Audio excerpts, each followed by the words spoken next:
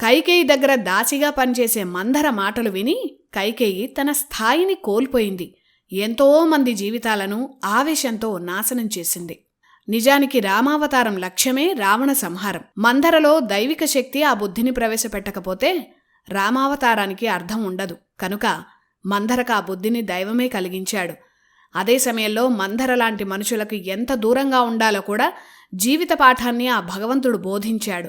ఎలాంటి ముఖ్యమైన విషయాలైనా సలహాలైనా తమ స్థాయికి తగ్గ వ్యక్తులు లేదా తమకంటే విద్యలోనూ స్థాయిలోనూ ఉన్నతమైన వ్యక్తులతోనే చర్చించాలి. చదువు సంధ్యలు లేని వారి దగ్గర, పరిణితి లేని వారి దగ్గర, స్థాయిలో మనకన్నా తక్కువ వారి దగ్గర సలహాలు గాని సూచనలు గాని తీసుకోవడం అంత మంచిది కాదు.